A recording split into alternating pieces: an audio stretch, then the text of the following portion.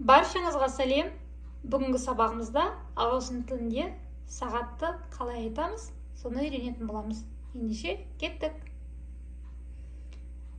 Өздеріңіз білетіндей, қазақ тілінде мына жақ бөлігін барлығын біздер кетті деп айтамыз, ал мына жақ бөлігін барлығын қазақ тілінде қалды деп айтамыз. Сол сияқты ағылшын тілінде мына жақ бөліктің барлығын кетті болса, past деп айтамыз. Past. Ал мына жақ бөлігін барлығы қалды болса, оны ағылшын тілінде to деп айтамыз. Және ескеретін жағдай, ағылшын тілінде бірінші мына тілдерін айтып шығамыз. Сосын барып сағатын айтамыз. Енді қазір практикалық жұмыс жасап көрейік. Мысалға, мына дәл қазір сағат 12 болып тұр, иә? Ағылшын тілінде оны 12-ні 12 деп айтамыз. Енді сағат 12 болды дейтін болсақ, it's 12 o'clock. It's 12 o'clock. 12-ден 5 минут кетті деп айтып көрейік. Не, қазір дәл сағат 12-ден 5 кетіп тұр. Мана мен айтқандай тілінен бастаймыз. 5 дегенде ағылшынша 5 деп айтамыз. It's 5 past кетіп жатыр ғой, иә? It's 5 past 12. It's 5 past 12. It's 5 past 12. Әрі қарай сіздер де өздеріңіз айтып отырыңыздар. It's 10. Ағылшынша 10-ды 10 деп айтамыз. 10 кетті, иә? 12-ден 10 кетті. Қазақ тілінде біз 12-ден 10 кетті деп айтамыз. Ал ағылшын тілінде бірінші мына минутын айтады, иә? Сосын барып сағатын айтады. It's 10 past 12. It's 10 past 12. It's 10 past 12. Енді бірге қойып көрейік. Мына жерде бірден 5 минут кетіп тұр. Енді қалай айтамыз? It's 5 past 1. It's 5 past 1. Бірден 10 кетті. It's 10 past 1. It's 10 past 1. It's 10 past 1. Мінекей осылайша барлығын осылай атап шығамыз. Енді қалдыға көшейік.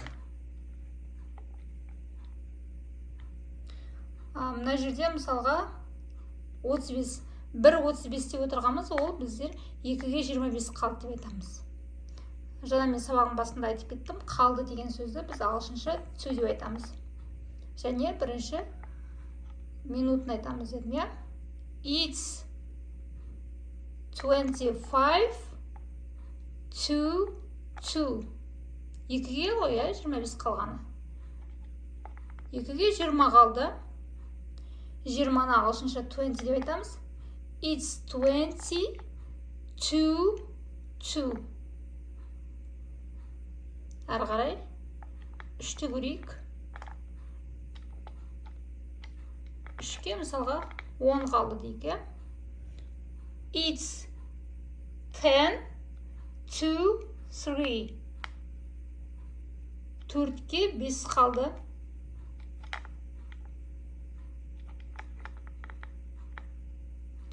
It's 5 to 4. It's 5 to 4. 4 болды. It's 4 o'clock. Енді бізде 15 кетті деген бар, 15 қалды деген бар. Сол туралы айтып кетейін. Мысалға, бірден 15 кетті болса, қақ ортасы ғой, иә? 15-45 дегенде қақ ортасы. Оны ағылшын тілінде a quarter деп айтамыз. It's a quarter past 1. It's a quarter past 1. It's a quarter past 1. 2-ден 15 кетсе, It's a quarter past 2. It's a quarter past 2. 4-ке 15 қалды. It's a quarter to 4. It's a quarter to 4.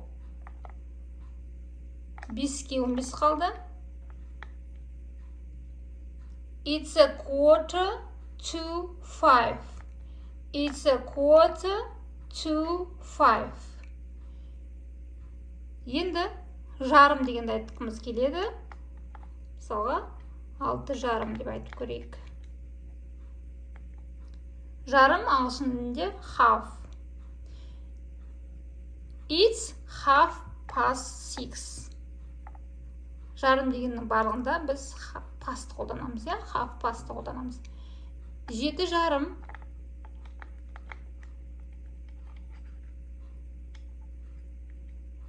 It's half past 7. It's half past 7. 7 жарым. 8 жарым. It's half past 8. It's half past 8. 9 жарым. It's half past 9. It's half past 9. 10 жарым. It's half past 10. It's half past 10. 11 жарым. It's half past 11. It's half past 11. 12 жарым. 12-ні 12 деп айтамыз, сонда it's half past 12. It's half past 12.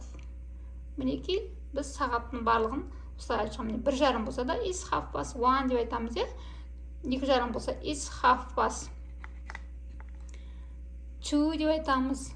3 жарым болса it's half past 3 деп айтамыз, міне осылай айналдырып сағатты айта береміз. Енді қорытындылап кетейік. Сонда мына жағындағы кетті деп айтқымыз келсе, біз пасты қолданамыз, және бірінші минутынан бастаймыз. Сосын сағатын айтамыз, Мысалға, 1-ден 5 кетсе, it's 5 past 1 деп айтамыз.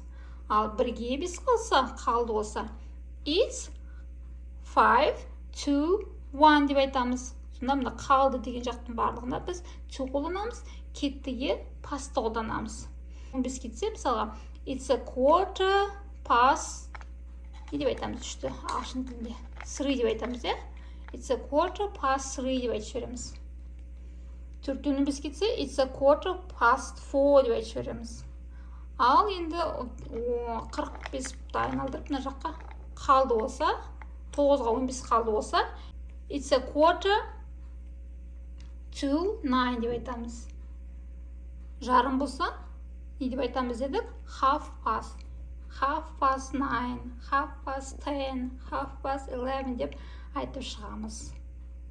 Бүгінгі сабағым ұнаса лайк басып, комментарий жазып, келесі сабақта асыға күтіңіздер.